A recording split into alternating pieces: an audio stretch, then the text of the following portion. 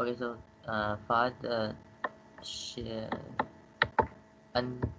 अपनी स्क्रीन ज़रा शेयर ना करना तो मैं कर देता हूँ.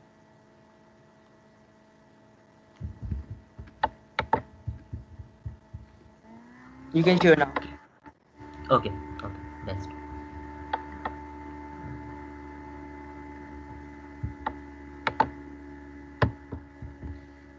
लेट मी नो जब स्क्रीन शेयर हो जाए. It is visible. Alright. So okay, so it's Tech Talk episode 2, getting started with machine learning. I hope I'm audible to everyone. Uh, so let's start off. And first, I would like to introduce myself. I am Mohammed Asim. I am currently serving as the Joint Secretary, Technical and Partnerships at Cybersecurity Club NUST. I am also an AI ML lead at TSC NUST. And I'm also working as a deep learning research intern at Takal Research and Development Center. And I'm also working as a technical writer at Medium, where I publish my blogs. And mentioned here is my social media handles. There's a GitHub handle and Asim2000, and there's a LinkedIn handle that is Asim Kaskili. So for the next 1 hour, we will go through AlphaGo. Basically, we'll see what is AlphaGo, and then we will understand the definition of artificial intelligence and its types and its subdomains. And then we'll see what is machine learning and its types. We will see what's inside supervised machine learning, and we will try to understand regression, that is simple linear regression, that will be your first machine learning algorithm, and we will do a hands-on session on that. All right. So first, let me begin with Urdu then. Basically पिछले session में हमारे साथ ऐसा हुआ था कि लोगों ने इंग्लिश के बजाय प्रेफर की थी Urdu. Okay. So basically AlphaGo basically एक कंप्यूटर प्रोग्राम है. It's a computer program that plays board game. Alright, so it was developed by DeepMind Technologies. It is one of the amazing examples of how artificial intelligence can play a role in different fields. Na? So the AlphaGo is a computer program that plays board game Go. Go basically a board game hai. It was developed by DeepMind Technologies. So Go is the most complex strategy game on planet. Like you have seen checkers, chess. In checkers there are two raised to the power 20 possible outcomes. In chess there are two raised to the power 40 possible outcomes. While in Go, that is the most complex strategy game, it has two raised to the power 80 possible outcomes. Okay, so there was a game between uh, that was the world grandmaster KJ and AlphaGo. So basically, AlphaGo beat him, and KG basically retired after this game. So and this is the tool which was used. This was a computer program that was used to that was trained to play this game, and it basically performed really well. There are many other programs, like there is a program called AlphaZero, and it plays games like chess and checkers. So that are also cool. So that was the game basically that was played on 27 May 2017. All right. So let's dive into artificial intelligence. So basically, what is artificial intelligence? Artificial intelligence refers to the simulation of human intelligence in machines that are programmed to think like humans and mimic their actions. So basically, everything like मतलब हर वो चीज़ जो कि human brain हमारा जो है उसको mimic कर सके, उसको हम आर्टिफिशियल इंटेलिजेंस कह सकते हैं. ठीक. यानी अगर कोई ऐसा प्रोग्राम हम डेवलप करते हैं जो कि हमारे कंप्यूटर ब्रेन की तरह डिसीजंस ले सकता है, हमारे ब्रेन ह्यूमन ब्रेन की तरह जो है वो डिसीजन ले सकता है, तो वो बेसिकली आर्टिफिशियल इंटेलिजेंस की फील्ड में आ जाता है. So the term may also be applied to any machine that exhibits traits associated with a human mind, such as learning and problem solving. Like basically हमारा human mind क्या कर रहा होता है कि problem solve कर रहा होता है कोई ना कोई, या फिर कोई ना कोई चीज़ जो है वो learn कर रहा होता है. तो यही traits हैं जो basically जो है हमारे artificial intelligence की चीज़ आती है सारी, कि अगर कोई human brain को mimic कर रहा है, basically उसकी copy कर रहा है, तो उसको हम बोलते हैं कि वो artificial intelligence है. So, uh, like artificial intelligence is a very big domain. Like you can't study everything in it. You can understand everything, but exploring every field in depth is not possible. So we have to narrow down and see what's inside AI, like what are its subdomains, where to start from, and how to step into this world. Right? So AI is basically very vast thing, and if I write a basic program, like अगर मैं if else का भी programme लिख दूँ ना अगर एक, तो वो भी AI में काउंट होगा। ठीक, अगर मैं बहुत नेस्टेड सारे लूप्स लिख देता हूँ, अगर किसी को प्रोग्रामिंग बैकग्राउंड है, वैसे मैं कंसिडर नहीं करता, मैं नहीं करता कि किसी का होगा या ज़्यादा कोई एक्सपीरियंस होगा, लेकिन इफ एल्स बेसिक मैं लूप्स लगा देता हूँ और नेस्टेड लूप्स लगा देता हूँ, और वो हमारे इफ एल्स लूप क्या कर रहे होते हैं, बेसिकली डिसीजन ले रहे होते हैं, हम उनको प्रोग्राम कर रहे होते हैं, वो भी बेसिकली एआई के अंडर आ रहे होते हैं किसी न किसी हद तक। ठीक, so basically because computer is making decision based on scenarios, so and that's what a human brain do, so that's also AI. And there is a field called AI, and then we see there is machine learning, and then we see there is data science, and we just think like, are the same thing? So I would like to tell, like, AI is a very vast field. You can't just deep dive into everything into AI. Like सारी जो चीज़ें AI में आती हैं, AI बहुत vast है। Machine learning AI के अंदर ही आती है। ठीक, डीप लर्निंग हो गई, मशीन लर्निंग हो गई, वो सारी AI की सब डोमेन्स है। और डेटा साइंस के डेटा साइंस भी काफ़ी हद तक एआई में आती है, लेकिन वो एक अलग फील्ड भी है जिसमें हम बेसिकली डाटा को इंटरप्रेट कर रहे होते हैं। उसका मेन मकसद जो है वो ये होता है कि डाटा की इंटरप्रिटेशन करना, उसको कॉम्प्रीहेंड करना। तो ये काफ़ी अलग चीज़ें हैं, मतलब काफ़ी सिमिलर भी हैं, लेकिन बिल्कुल एक चीज़ नहीं है। ठीक है, लेकिन अब हम देखते हैं कि आर्टिफिशियल इंटेलिजेंस की जो बेसिक टाइप्स हैं वो दो हैं। एक हमारे पास होती है artificial narrow intelligence, that is called ANI, and there is a thing called artificial general intelligence, that is AGI. So everything we see nowadays, ठीक, जो भी हम डेवलपमेंट देखते हैं आजकल, तो वो सारी हो रही है आर्टिफिशियल नैरो इंटेलिजेंस में, बिकॉज आर्टिफिशियल जनरल इंटेलिजेंस में अभी तक एज सच कोई डेवलपमेंट हुई ही नहीं है। अगर कोई चीज़ हो सकती है जो मेरे नज़र में है, वो है न्यूरालिंक, जो कि अभी टेस्ला एलन मस्क जो है वो अभी अंडर जो है वो रिसर्च है वो जो चीज़। तो वो खैर आपको नहीं पता होगा इतना, लेकिन वो एक चीज़ है जो कि आप सर्च कर सकते हैं न्यूरालिंक के बारे में। तो आर्टिफिशियल नैरो इंटेलिजेंस जो क्या होती है कि सिंगल मॉडल, हमने एक प्रोग्राम बनाया और वो एक ही टास्क परफॉर्म करता है। अगर मैंने एक प्रोग्राम बनाया है जो कि ये डिटेक्ट करता है कि ये कार है या नहीं है, तो वो बेसिकली एक ही टास्क कर सकता है। उसको अगर मैं कोई और टास्क करने को भी बोलूँगा तो वो नहीं कर सकता। तो बेसिकली वो अंडर कैटेगरी आता है आर्टिफिशियल नैरो इंटेलिजेंस की। ठीक हो गया। इसके अलावा मैं और एग्जांपल देता हूँ, जैसे टेस्ला की सेल्फ ड्राइविंग कार है। तो अगर मैं पूछूं कि ये किसके अंडर आती है, आर्टिफिशियल नैरो इंटेलिजेंस या फिर आर्टिफिशियल जनरल इंटेलिजेंस, तो आपका क्या जवाब होगा? ज़रा अगर आप बस चैट में लिखते हैं, देन आई कैन सी, या फिर मैं कंटिन्यू कर लूँगा यहीं से।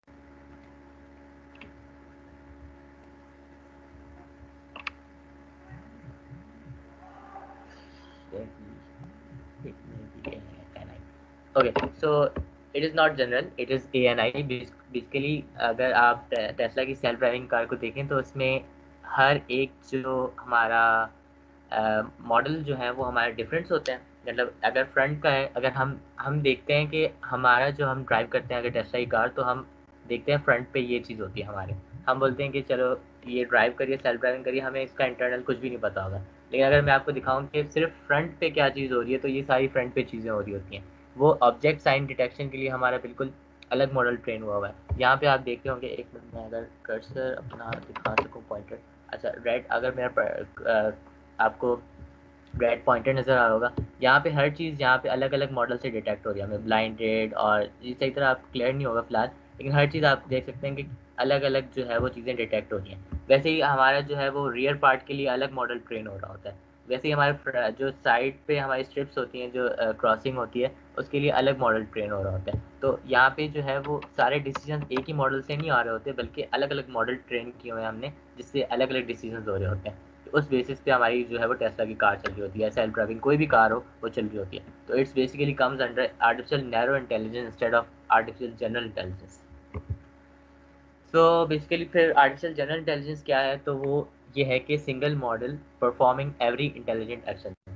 सो ये बेसिकली एक तस्वीर है विजन की। अगर आपने अवेंजर्स देखा हो, तो उसमें ये होता है कि ये एक अवेंजर है बेसिकली।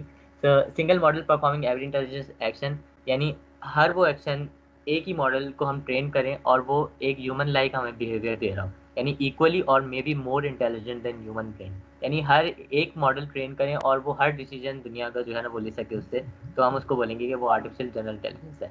जो कि रोबोट हमें बेसिकली दिखाए जाते हैं मूवीज़ में, वो आर्टिफिशियल जनरल इंटेलिजेंस में होते हैं। आर्टिफिशियल नैरो इंटेलिजेंस में अगर हम रियल वर्ल्ड में देखते हैं तो ऐसा कोई रोबोट बना नहीं है जो हर एक्शन कर सके। हमें हमें हमेशा ऐसे रोबोट्स मिलते हैं जो कि स्पेसिफिक एक्शंस कर रहे होते हैं इंस्टेड ऑफ जनरल एक्शंस। ठीक, तो I hope that's clear now. The ultimate desire basically जो हर साइंटिस्ट का है वो यही है कि वो हम आर्टिफिशियल जनरल इंटेलिजेंस की तरफ जाएँ, लेकिन अभी जो है वो इतना टाइम है हमारे पास, तकरीबन डेकेड्स होंगे जिसमें हम जा सकेंगे आर्टिफिशियल जनरल इंटेलिजेंस की तरफ। सही। सो okay, so do you know that it is going to take decades or even hundreds or thousands of years along with many technological breakthroughs before we achieve AGI? यानी AGI हमें कोई तकरीबन जो है वो थाउजेंड ऑफ ईयर्स के बाद ही मिलेगी। अभी तक रिसर्च हो रही है इस पर, लेकिन कोई ऐसा रोबोट या ऐसा हमें नहीं मिला जो कि AGI के डोमेन में आता हो। Okay, so let's dive into what is let's understand the big picture of AI। Like हमारे पास यहाँ पे आपको क्लियर होगा कि आर्टिफिशियल इंटेलिजेंस है, ठीक हो गया। उसके अंदर हमारी सब डोमेन है मशीन लर्निंग, और उसके अंदर हमारी मशीन डीप लर्निंग की डोमेन आती है। ठीक, यानी हम अगर आर्टिफिशियल की सब डोमेन कह सकते हैं कि मशीन लर्निंग है, और आर्टिफिशियल की इंटेलिजेंस के अंदर ही डीप लर्निंग आती है, लेकिन वो मशीन लर्निंग के भी अंदर आती है। ठीक, यानी वो उसकी सब डोमेन की सब डोमेन है। और अगर मैं बोलूँ कि यहाँ पे डाटा साइंस कहाँ पे प्लेस होगा, तो बेसिकली डाटा साइंस हमारे हमारे आर्टिफिशियल का इंटेलिजेंस का भी पार्ट है, और वो एक अलग फील्ड भी है हमारी जहाँ पे हम डाटा इंटरप्रेट कर रहे होते हैं। तो अगर मैं डाटा साइंस को अगर मैं करना चाहूँ प्लेस, तो मैं कहाँ करूँगा, यहाँ पे आर्टिफिशियल इंटेलिजेंस के अंदर भी करूँगा और एक पहाड़ से भी सर्कल करूँगा। तो ये बेसिकली हमारी डाटा साइंस हो जाएगी। Right, so now let's see what is machine learning basically now. So, machine learning is an application of artificial intelligence that provides systems the ability to automatically learn and improve from experience without being explicitly programmed.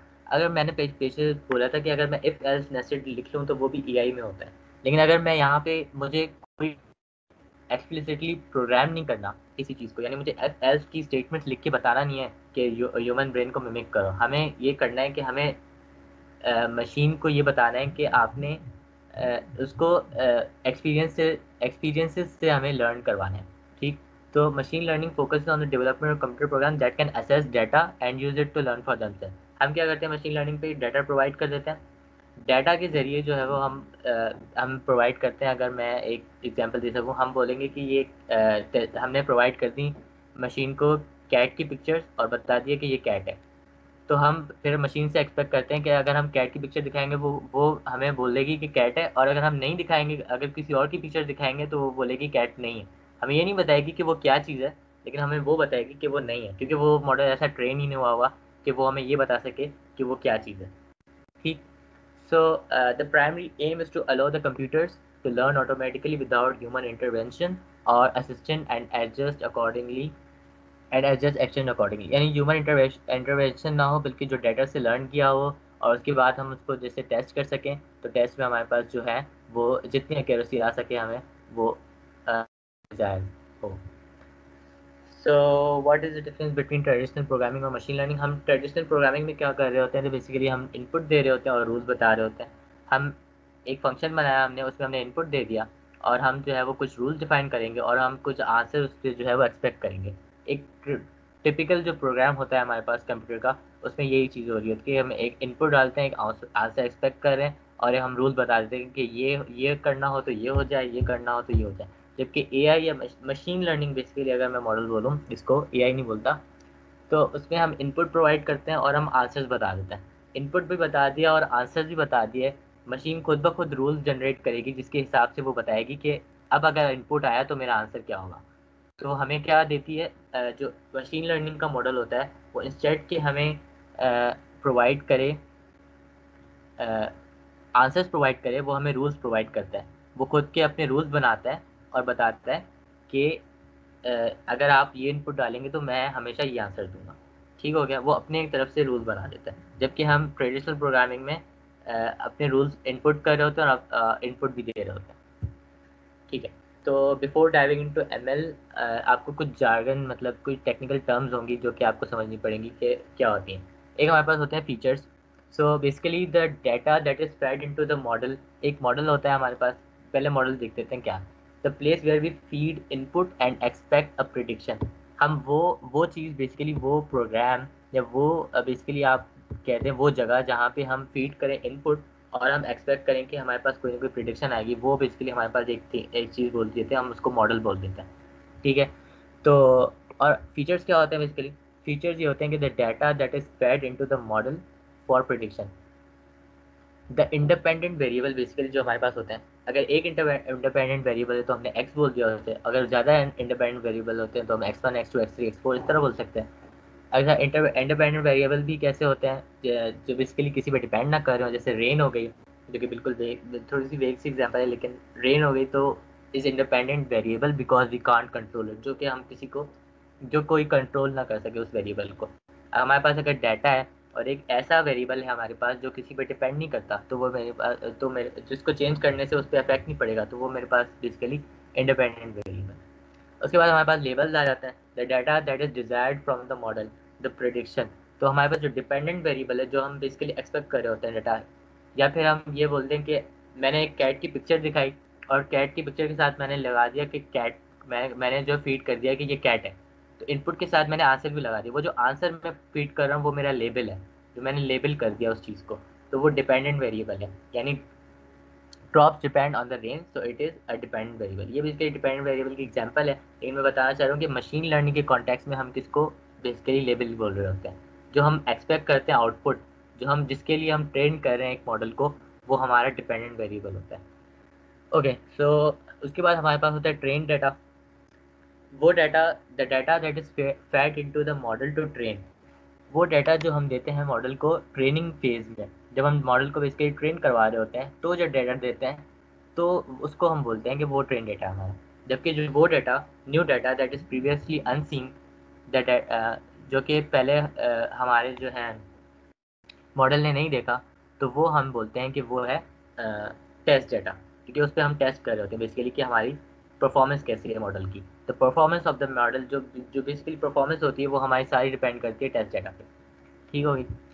तो उसके बाद हमारी types है machine learning की। हमारे पास basically दो types हैं, जो कि बहुत बेसिक अगर टाइप्स हैं तो वो दो हैं, वैसे बहुत इससे ज़्यादा भी टाइप्स हैं। सुपरवाइज मशीन लर्निंग है और अनसुपरवाइज मशीन लर्निंग है। ठीक, तो बेसिकली हम पहले देखते हैं कि सुपरवाइज मशीन लर्निंग क्या है। तो सुपरवाइज मशीन लर्निंग में algorithms that can that can apply what has been learned in the past to new data using labels, examples, target to predict future events. Starting from the analysis of a knowing known training data set, the learning algorithm produces an inferred function to make prediction about the output value. So basically इसमें ये होता है कि हमारे पास एक input दे दिया हमने और एक हमने जो है वो लेबल भी प्रोवाइड कर रहे होते हैं, यानी हर इनपुट के साथ हम उसका आंसर प्रोवाइड कर सकते होते हैं। हर इनपुट के साथ जो है वो हम उसका जो है वो आंसर प्रोवाइड कर रहे होते हैं, और जो है वो उसके बाद हम मॉडल को ट्रेन कर रहे होते हैं। ठीक, यानी हम बताएंगे कि एक मॉडल को कि अगर ये मैं डाटा इनपुट कर रहा हूँ तो इसके साथ ये इसका आंसर होगा। ठीक, तो वो उसके ज़रिए अपना जो है वो एक फंक्शन बना लेता है, तो उसके ज़रिए हमें जो है वो एक प्रेडिक्शन दे रहा होता है एक फंक्शन के ज़रिए, जो कि वो उसने खुद ट्रेनिंग फेज में जनरेट किया होता है। तो हमारे जो बेसिक प्रॉब्लम्स होती हैं जो कि हम फेस कर रहे होते हैं, जो सॉल्व कर रहे होते हैं थ्रू सुपरवाइज मशीन लर्निंग, वो दो किस्म की होती हैं, एक रिग्रेशन होती है और क्लासिफिकेशन होती है। इन दोनों के बारे में हम बात करेंगे। पहले हम, अच्छा, ये सुपरवाइज मशीन लर्निंग की एक मॉडल मैंने बनाया है, एक कि किस तरह जो है वो हम ट्रेन कर रहे होते हैं। तो यहाँ पे आप देखें कि एक हमारे पास एक पहले ट्रेनिंग फेज है जिसमें हम मॉडल इन प्रोसेस है। ठीक, उसमें हम फीचर्स इनपुट कर रहे हैं, यानी हम इंडिपेंडेंट वेरिएबल इनपुट कर रहे हैं और हम लेबल भी इनपुट कर रहे हैं। यानी मैंने यहाँ पे फीचर्स की जगह मैंने कैट की पिक्चर्स दे दी और लेबल की जगह मैंने बता दिया कि ये कैट है, और फिर मैंने डॉग की पिक्चर्स दे दी और मैंने लेबल की जगह बता दिया डॉग है। जब मैंने ट्रेनिंग फेज में जो है उसको ट्रेन करवा लिया, उसके बाद वो एक एमएल मॉडल प्रोड्यूस कर दिया। उसके बाद मैं टेस्ट फीचर दिखाऊंगा, यानी मैं एक कैट की पिक्चर दिखाऊंगा ML मॉडल को, तो वो मुझे बताएगा प्रेडिक्टेड लेबल और टारगेट, यानी वो बताएगा कि क्या ये कैट है या डॉग है। तो बेसिकली मैं फिर से रिपीट कर देता हूँ, यहाँ पे मैंने जो है वो फीचर में इनपुट करवाया कैट और डॉग की पिक्चर्स, और मैंने बता दिया हर पिक्चर के साथ कि ये कैट है और ये डॉग है, ठीक। और मॉडल इन प्रोसेस हुआ, ट्रेनिंग फेज कंप्लीट हुआ, एक ML मॉडल आया हमारे पास, उसमें हमने टेस्ट फीचर कोई ना कोई एक टेस्ट फीचर से क्या मुराद है कि मैंने एक कैट की पिक्चर दिखा दी जो कि प्रीवियसली अनसीन थी, ठीक है। उस पर भी मैंने एक प्रेडिक्टेड लेबल में करूँगा कि एक्सपेक्ट करूँगा कि वो मुझे बताएगा कि अगर कैट की पिक्चर दी है तो मैं एक्सपेक्ट करूँगा कि वो बताएगा कि मुझे वो कैट है, तो वो जो मुझे कैट बताएगा वो मेरा प्रेडिक्टेड लेबल होगा या टारगेट होगा। I hope it clears the point, ठीक। तो उसके बाद जो है वो हम आते हैं कि अनसुपरवाइज मशीन लर्निंग क्या होती है। तो बेसिकली अनसुपरवाइज मशीन लर्निंग में algorithms that are used when the information that are used when the information used to train is neither classified nor labeled, यानी हमारे पास इस बेसिकली इस टाइप में क्या होता है कि हम लेबल्स नहीं प्रोवाइड कर रहे होते। यानी अगर मैंने कैट की पिक्चर या डॉग की पिक्चर्स प्रोवाइड किए हैं तो मैं ये नहीं बताऊंगा ये कैट है या डॉग है, तो वो हो किस तरह रहा होता है वो मैंने आगे एग्जांपल रखी है उसके लिए। और ये बेसिकली जो हो क्या रहा होता है कि unsupervised learning studies how systems can infer a function to describe a hidden structure from unlabelled data. तो ये है कि जब हम पिक्चर्स प्रोवाइड करते हैं लेकिन अनलेबल्ड ना हो, यानी हम ये ना बताएं कि इसका आंसर क्या है, हम ये तो बता दें कि ये चीज़ जो है वो हम फीड करें, लेकिन हम ये ना बताएं कि इसका आंसर क्या है। यानी कैट की पिक्चर फीड कर ली लेकिन ये नहीं बताया कि ये कैट है, तो वो खुद ब खुद जो है मॉडल इन्फर करे कि वो हिडन स्ट्रक्चर्स क्या हैं उस डेटा में जिसकी वजह से वो किस तरह क्लासीफाई हो सकता है। तो वो बेसिकली जो चीज़ है वो आती है अनसुपरवाइज मशीन लर्निंग में। तो अनसुपरवाइज मशीन लर्निंग की जो प्रॉब्लम्स हम सॉल्व कर होते हैं with the help of unsupervised machine learning, वो होती है क्लस्टरिंग। एक क्लस्टरिंग की प्रॉब्लम होती है, एक डायमेंशनलिटी रिडक्शन की प्रॉब्लम होती है जो हम सॉल्व कर होते हैं। तो ये एक अनसुपरवाइज मशीन लर्निंग की एग्जाम्पल है जहाँ पे मैंने जो है वो कार्टून्स की पिक्चर दे दी, ठीक है, मैंने एक मॉडल में डाल दी।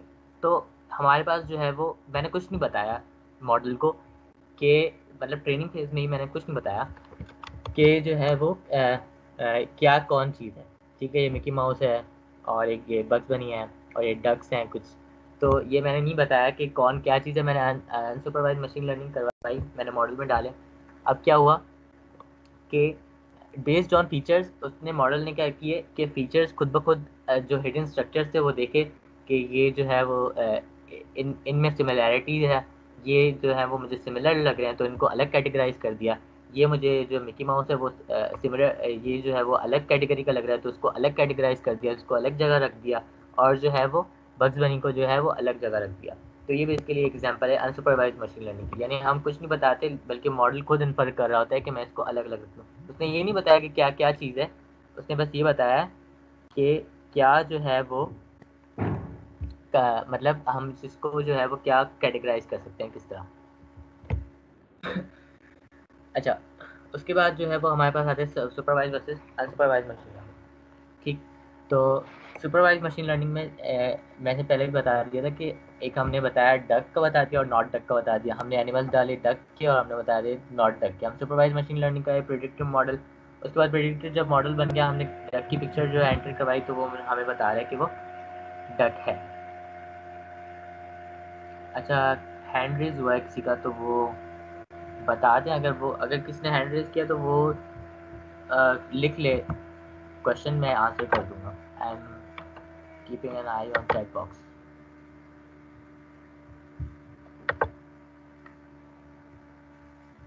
Junaid, do you have any question?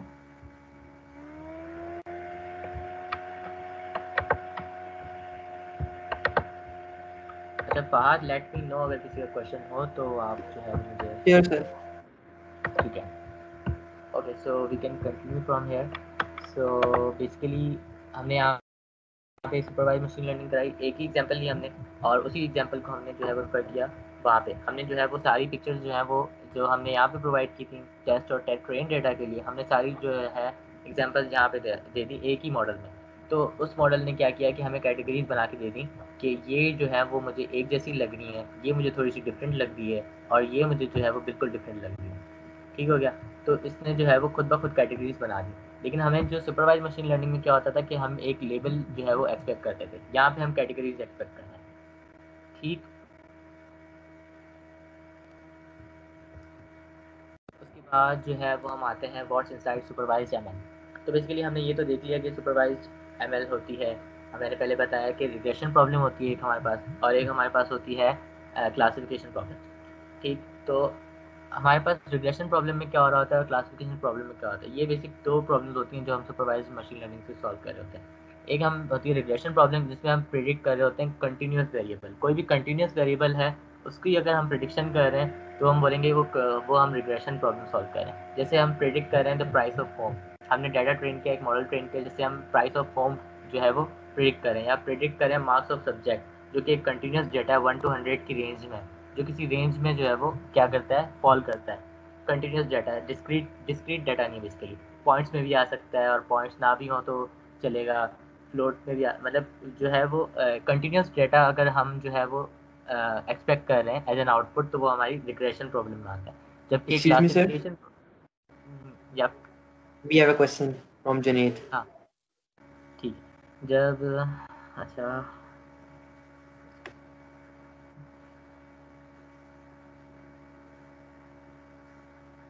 अच्छा जब सुपरवाइज मशीन लर्निंग है हमारे पास,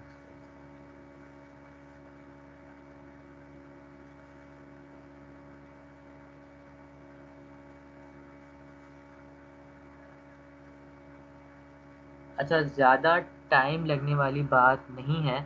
इसके लिए हमारे पास जैसे मैं बताया कि सुपरवाइज्ड एमएल और अनसुपरवाइज्ड एमएल जो है वो डिफरेंट डिफरेंट प्रॉब्लम सॉल्व करने के लिए ही बनी हुई है। ठीक, अगर हमें जो है वो हमें क्लस्टरिंग करनी होती है और डायमेंशनल डायरेक्शन, ये दो प्रॉब्लम है जिससे जो हम जो है वो अनसुपरवाइज्ड मशीन लर्निंग से सॉल्व कर रहे होते हैं जिसके लिए। और वो जो सुपरवाइज्ड लर्निंग है वो हमारे पास डिफरेंट, मैंने एग्जांपल इसलिए सेम रखी है एक ही चीज़ के लिए बताने के लिए ताकि आपको समझ में आ जाए। जबकि वो जो डिफरेंट फील्ड जो हम फील्ड का काम कर रहे होते हैं बेसिकली, जो हम प्रॉब्लम सॉल्व कर रहे हैं रियल वर्ल्ड, जैसे हमारे पास बहुत ज़्यादा डाटा होता है और हमें उसको रिड्यूस करना होता है किसी तरह, तो हम डायमेंशनलिटी रिडक्शन की बात कर रहे होते हैं जिसमें हम क्लस्टरिंग यूज़ कर रहे होते हैं बेसिकली। तो वहाँ पे हम अनसुपरवाइज्ड मशीन लर्निंग का यूज़ कर रहे होते हैं, इनडायरेक्टली ही यूज़ कर रहे होते हैं वहाँ पे। आगे जाके हमें डीप लर्निंग यूज़ करनी होती है। सो बेसिकली हर किसी की अपनी अपनी जो है वो डिमांड है। किसी की जो है वो हम ये नहीं कह सकते कि इसकी ज़रूरत की पेश आई या इसकी जब ये काम इससे हो सकता था। हर किसी की अपनी अपनी एक जो है पर्टिकुलर प्रॉब्लम है जो कि सॉल्व कर रहा होता है। I hope that clears your point. ठीक है, सो नाउ कंटिन्यू करते हैं हम यहाँ पे कि रिग्रेशन प्रॉब्लम होती है, एक प्रेडिक्ट करते हो हम होते हो हम कंटिन्यूस वेरिएबल। और एग्जांपल मैंने दी कि एक हम जो है वो कंटिन्यूस कोई भी वेरिएबल हो, जैसे प्राइस ऑफ होम हो गया, predict the mark of subject. जबकि क्लासिफिकेशन प्रॉब्लम में हम ये कर रहे होते हैं classify on the basis of categories, यानी हम कहते हैं कि whether it is on or off, whether it is a cat or a dog. तो बेसिकली वेदर का वर्ड मैंने यहाँ पे यूज़ किया कि अगर बाइनरी क्लासिफिकेशन कर रहे हैं कि ये कैट है या नहीं है, ये डॉग है या नहीं है। ठीक, और इस तरह हम अगर क्लासिफाई करें ऑब्जेक्ट्स को, यहाँ पे हम डिस्क्रीट जो है वेरिएबल जो है हम एक्सपेक्ट कर रहे होते हैं 0 1 की फॉर्म में।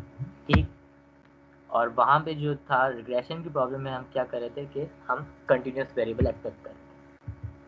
ठीक है, तो ये एक प्रॉब्लम है जो कि है कि क्लासिफिकेशन हो सकती है या Excuse me. हाँ Sorry to disturb you. लेकिन there's a sound लोग कह रहे हैं कि कुछ noise distortion आ रही है, like a fan or something. Is that from your side? नहीं, मेरे तरफ से तो नहीं है।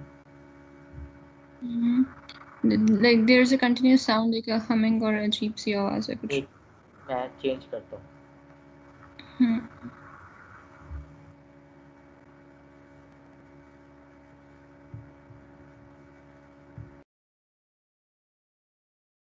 Yeah, it stopped now. Thank you.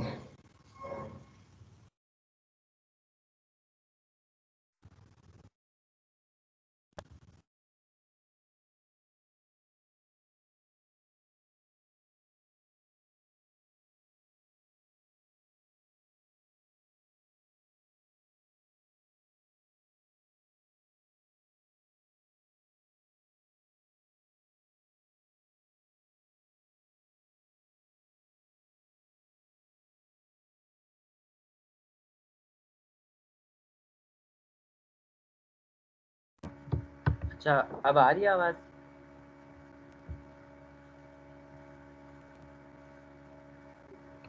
Yes, दोबारा से आना स्टार्ट हो गई।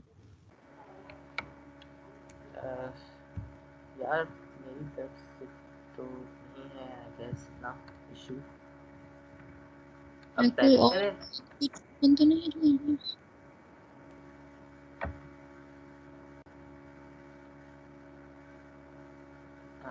अगर कोई पार्टिसिपेंट मुझे बता सके कि बेहतर है या नहीं है, मतलब बियरेबल है साउंड, अगर है भी तो like we can continue the session.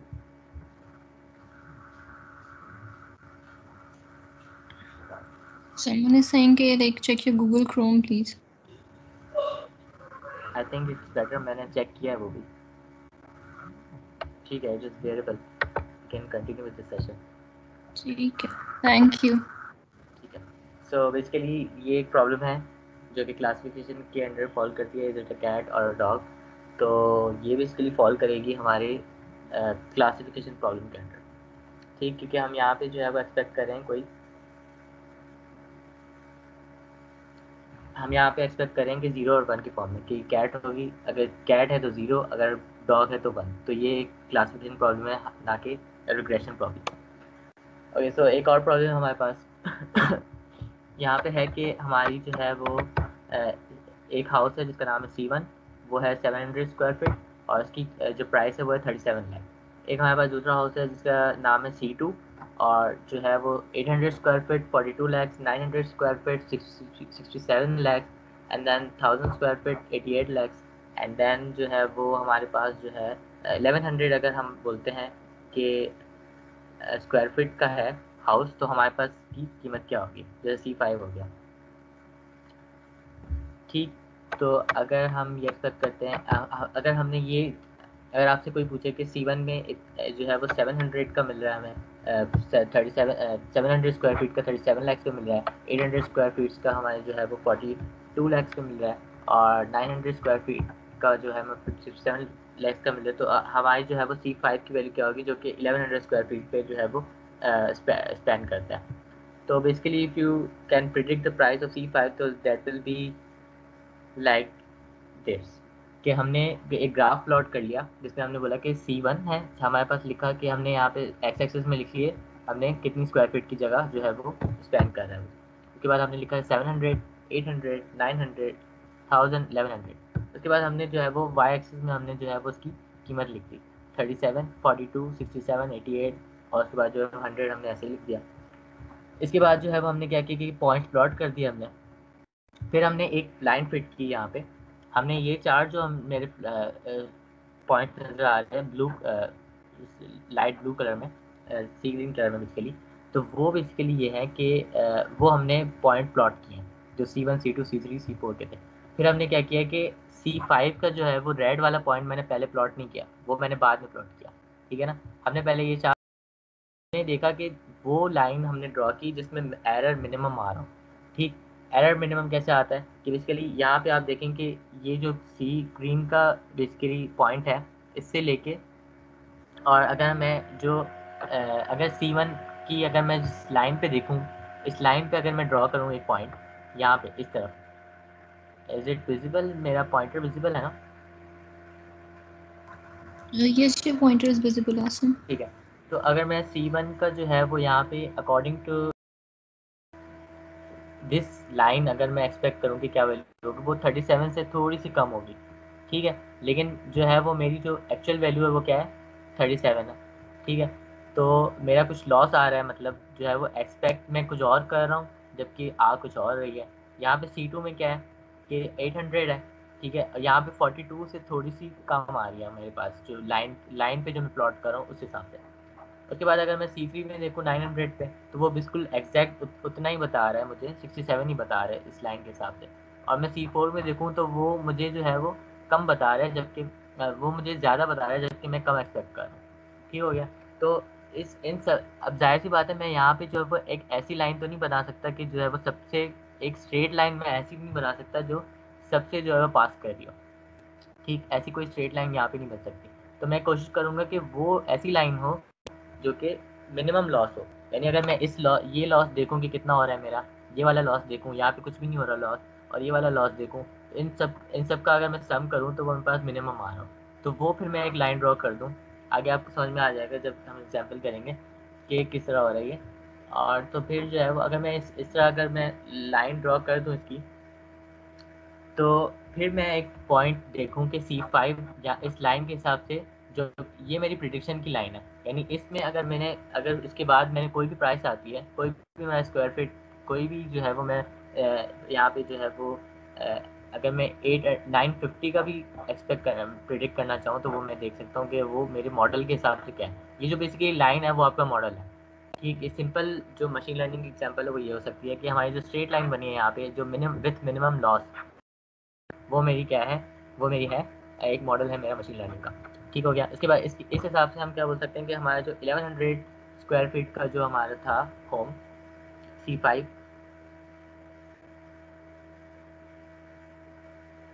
जो हमारा C5 था जो कि 1100 स्क्वायर फीट का था, तो उस हिसाब से जो है वो हमारी जो होगी प्राइस होगी वो 100 प्लस होगी। यहाँ पे कहीं यहाँ पे 110 भी शायद क्रॉस कर जाए, यहाँ पे कहीं लाइक कर दी होगी।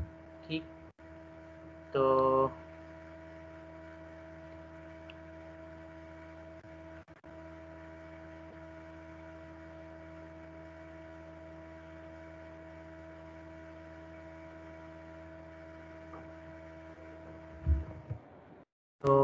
What is best fit, basically मैंने यहाँ पे बोला कि यहाँ पे जो है हमने लाइन फिट की है तो वो बेसिकली एक ऐसी लाइन है जिसमें मिनिमम लॉस आ रहा है। तो ये लाइन जो है वो बेसिकली बेस्ट फिट है, यानी हमारे मॉडल को सबसे मिनिमम लॉस दे दिया। ठीक, line with minimum overall loss या कॉस्ट हमारी जो है वो बेस्ट फिट होती है। सो लॉस फंक्शन बेसिकली हमारा ये होता है कि अगर हम देखेंगे लॉस फंक्शन ये होता है कि सिंगल इवेंट या सिंगल पॉइंट पे हमारा जो लॉस आ रहा हो, अगर मैं यहाँ पे देखूँ कि हमारा लॉस क्या है, तो मैं यहाँ पे इस वैल्यू से जो कि हमारी लाइन पे हमारे जो पॉइंट यहाँ से आ रहा होगा जो कि लाइन पे लाई करता है, उससे मैं माइनस कर दूँ इस वाले पॉइंट को, तो ये हमारा जो है वो लॉस हो जाएगा। इसमें हमारा मेरा क्या लॉस आ रहा होगा, तकरीबन यहाँ पे जो है कर रहा हूँ मैं 36 और ये 1000 के करीब करीब मेरा आ रहा होगा, मतलब 36 लाख आ रहा होगा और यहाँ पे 37 लाख आ रहा है, 1 लाख के करीब आ रहा होगा। इसी तरह जो है वो हर चीज़ का जो है हमारे पास लॉस आ रहा होगा और जो है वो Excuse me, Asim. एक मिनट मैं देख लेता हूँ ये।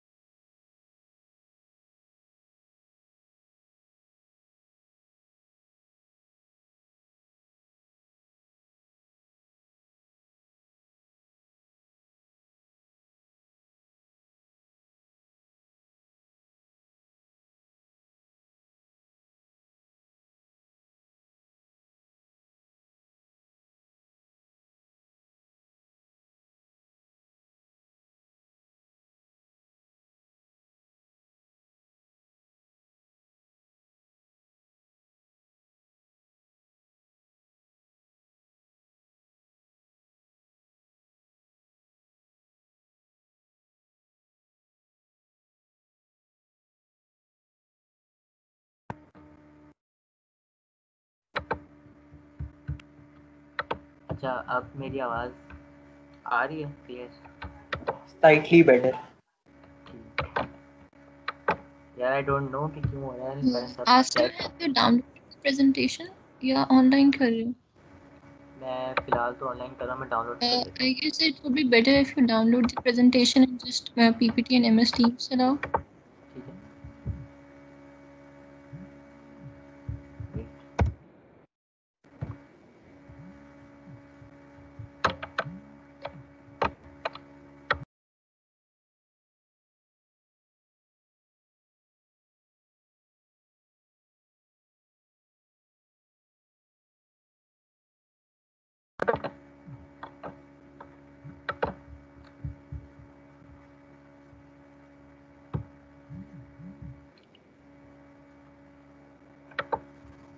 Guys, please wait for a while we get everything set again. So sorry for inconvenience, but you guys have to wait for a while. अच्छा, अब आ रही है मेरी आवाज़ से? क्योंकि अब तो मेरे ख्याल से मैं गूगल क्रोम भी बंद कर दिया है। आ रही है आवाज Asim, and I guess it's quite clear. That's strange.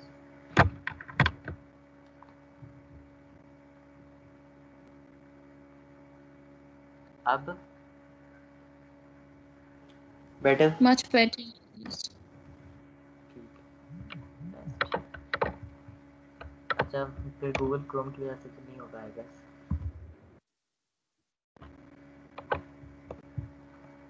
चलिए मैं कहीं से कंटिन्यू करते हैं। Sir, we have a Messages has question. Sir, हाँ, we have a question. Sir, Junaid is asking, is there any relation between cyber and is this question मतलब ये society के कॉन्टेक्स्ट में है या फिर